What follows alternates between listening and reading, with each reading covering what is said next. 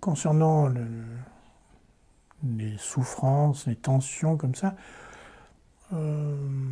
les stratégies qu'on essaye de mettre en place à ce sujet-là ne fonctionnent pas vraiment. L'invitation, c'est de voir plutôt qu'il y a on va dire une souffrance et une tension, enfin voilà, mais que, en fait, je ne suis pas du tout enfermé dans cette tension.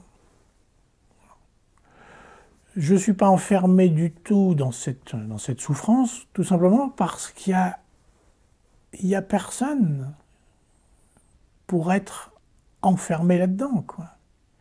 Qui est enfermé dans cette souffrance? Où est la personne, le moi enfermé dans cette souffrance, cette situation, ces tensions, etc. Où est-ce cette entité, où est-ce ce personnage qui prétend être enfermé? Il n'y en a pas. En fait, l'invitation, c'est de voir que, ok, il y a par exemple cette souffrance, mais qu'en fait, même si, comme un vieux réflexe, la tentation, c'est de croire, d'accepter qu'il y a un moi qui est enfermé dedans, l'invitation, c'est de voir que ça, c'est peut-être un réflexe, ce réflexe provient d'un conditionnement, mais en fait, littéralement, il n'y a aucun moi que puisse enfermer ni une tension, ni une souffrance, ni rien. En fait, cette souffrance, cette tension, n'apparaît pas à un moi, elle apparaît tout court, elle apparaît précisément à la conscience qui l'aperçoit, quoi. Tant que je crois que cette souffrance apparaît à un moi, caché je ne sais où, forcément, ce moi est responsable de tout ça. Et c'est à lui de s'y mettre pour s'en débarrasser, pour comprendre, pour corriger, enfin bref. Voilà.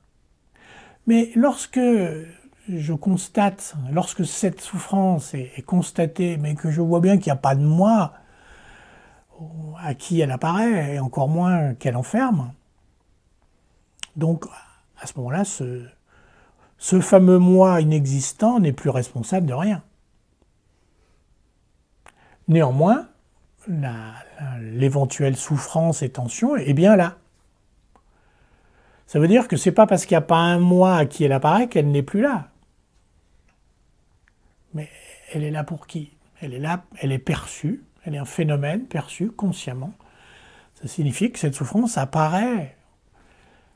Lorsqu'on voit clairement qu'il n'y a pas de moi qui pourrait être enfermé par cette souffrance, très naturellement, ça pointe vers le fait que, en fait, cette souffrance apparaît à la conscience. Et en l'absence de moi, il n'y a rien à y faire. Rien d'autre que constater qu'il en est ainsi, et ce n'est pas le moi qui le constate, bien sûr. Donc la perspective devient très différente. Il y a cette souffrance, cette tension qui apparaissent, qui se déploient au sein de la conscience. En l'absence de moi, tout cela va pouvoir être ainsi accueilli. Et c'est ainsi au sein même, au cœur même de la conscience, que toute cette souffrance, ces tensions, ces choses-là vont pouvoir se dissoudre. C'est vrai que j'ai l'impression que quand ça heurte des blessures, ça percute une recristallisation du moi qui arrive pas justement comme tu dis, à se rendre compte qu'il n'y a pas de mal, que juste ça apparaît. C'est ce moment-là justement qui est... En fait, l'invitation de voir ce qu'il en est, elle repose sur ces deux aspects. La première chose, ça peut être voir qu'il se passe quelque chose, mais il n'y a aucun moi pour qui ça se passe. Cette constatation nous place directement au cœur de la conscience au sein de laquelle tout ça se déploie. Et sinon, l'autre possibilité, elles sont bien sûr, c'est un peu la même chose en fait, mais c'est l'invitation de voir que quand il se passe quelque chose, par exemple cette fameuse souffrance, ça apparaît à la conscience. J'allais dire, ça apparaît en moi. Mais en moi, c'est pas à moi. C'est en moi, au sein de en moi conscience. Voilà. Et bien sûr, c'est pas nécessaire d'attendre qu'il y ait une souffrance pour constater ça. Tu vois. On peut constater ça avec n'importe quoi, n'importe quand. Car tout ce qui ça marche de la même façon pour absolument tout ce qui se présente. N'importe quoi. Même les choses sympathiques, agréables, les petites choses. Si on attend pour le voir le gros problème majeur, extrême, malheureusement, dans ce cas-là, il y a de bonnes chances que effectivement les mécanismes un peu inconscients qui recréent très puissamment la personne et le moi se remettent en place de façon tellement forte qu'ils nous laissent totalement sans la capacité de rien voir du tout, quoi. Par contre, à contrario, si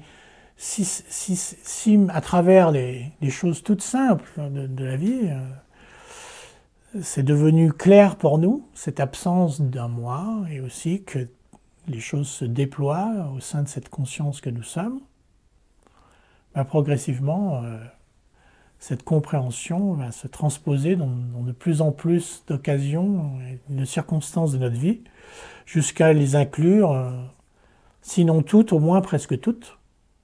Et à ce moment-là, on sera parfois surpris de voir que tel événement qui nous aurait totalement désarçonné il y a quelque temps, là, ça s'est passé sans tellement de problèmes.